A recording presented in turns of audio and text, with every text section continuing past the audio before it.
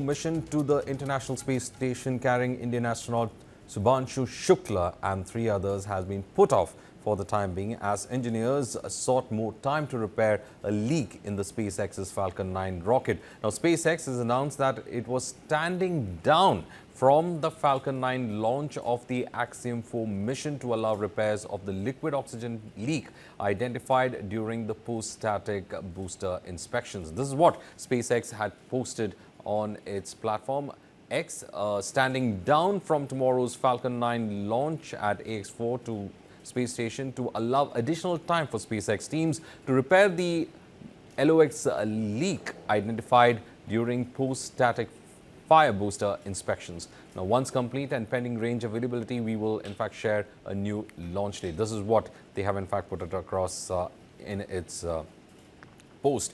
Now, we have with us Dr. P.K. Ghosh, space strategist. Dr. Ghosh, now, it's kind of disappointing that they have to put it off for the second time almost.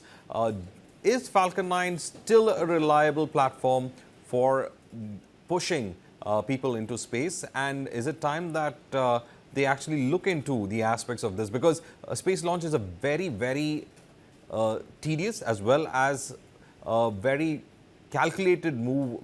Several factors are involved in it, and of course we have seen several times even NASA also postponing launches based on several aspects of it. But is Falcon 9 still a reliable platform to launch astronauts? Well, let me first tell you that space is a very hard taskmaster. The smallest mistake that you do can lead to disastrous consequences. So in a way, disappointing for some, but I think it's better to be safe than to be sorry. Let me just give you a little bit about this. What happens is that, and I've been tracking the outcomes of their readiness review committee meeting outcomes. And what happens is that the Falcon 9 is a partially reusable rocket in which the first stage sort of comes back and it can be reused again. But how can it be reused? After an extensive refurbishing of the systems. So I think what they did, and this is my personal view only, that they found that the liquid oxygen, they use LOX, liquid oxygen oxidizer, and RP1, which is the kerosene. Now, kerosene as the fuel in both these stages. Now, in that they found that there was a leak. Now, the human specs for any rocket is far, far higher than for a non-human specification. You make the slightest mistake and you put a person's life on jeopardy. So, first it was the weather, due to which I think that was a blessing in disguise. And second, when they did the static tests, they found this leak to be there. So how can you go forward when there is a leak? It's absolutely that asks that question. I mean, a lot of people are in fact trying to, or a lot of space agencies are trying to, cut costs if they could have a reusable rocket. But, the strains that are involved with space, most of the time, the technology that we have at best could only probably be something that we can use a platform once.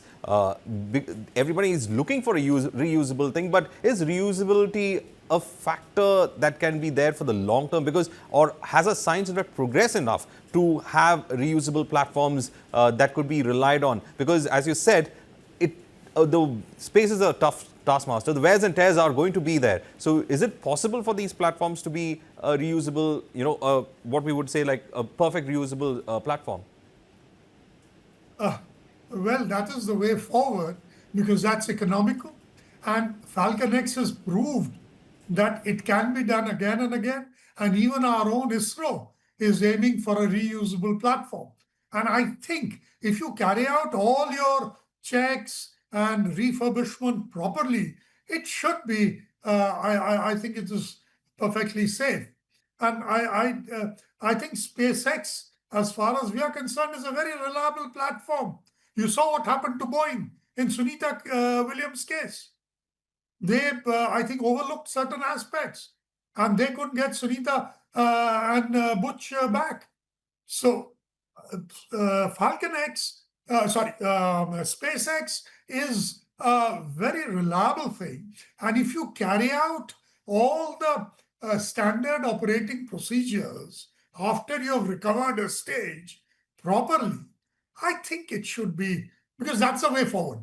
And that's the economical Also, thing. Dr. B.K. Ghosh, one more question that is being there is that, kerosene as well as liquid oxygen has been the standard fuel when it comes to rocket launching and for rockets itself. Is it time to have a paradigm shift? Is it time to explore other fuels like solid fuels that could burn in the absence of oxygen? Because oxygen, everybody knows, is something that is required but at the same time quite dangerous. So do you think that, when it comes to fuels, we progressing into that research and probably like avoiding incidents like what has happened today?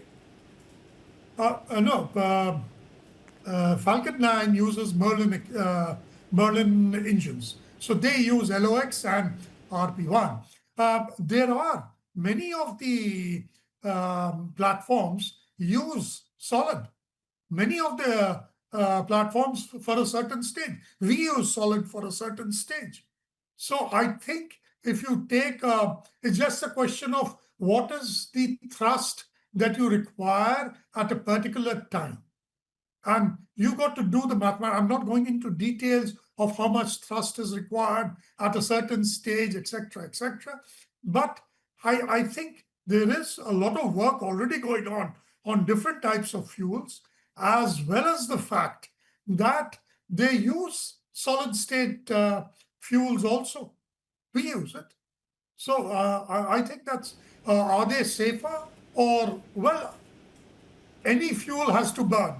And anything that can burn can, in a way, explode.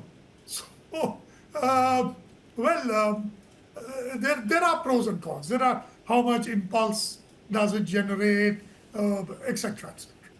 Well, thank you, Dr. Ghosh, for in fact joining us and giving us an insight into what has happened today. Of course, the wait continues, and hope we will have our Indian astronaut in International Space Station as soon as possible once the Falcon 9 rocket is in fact looked into, the problems associated with this looked into.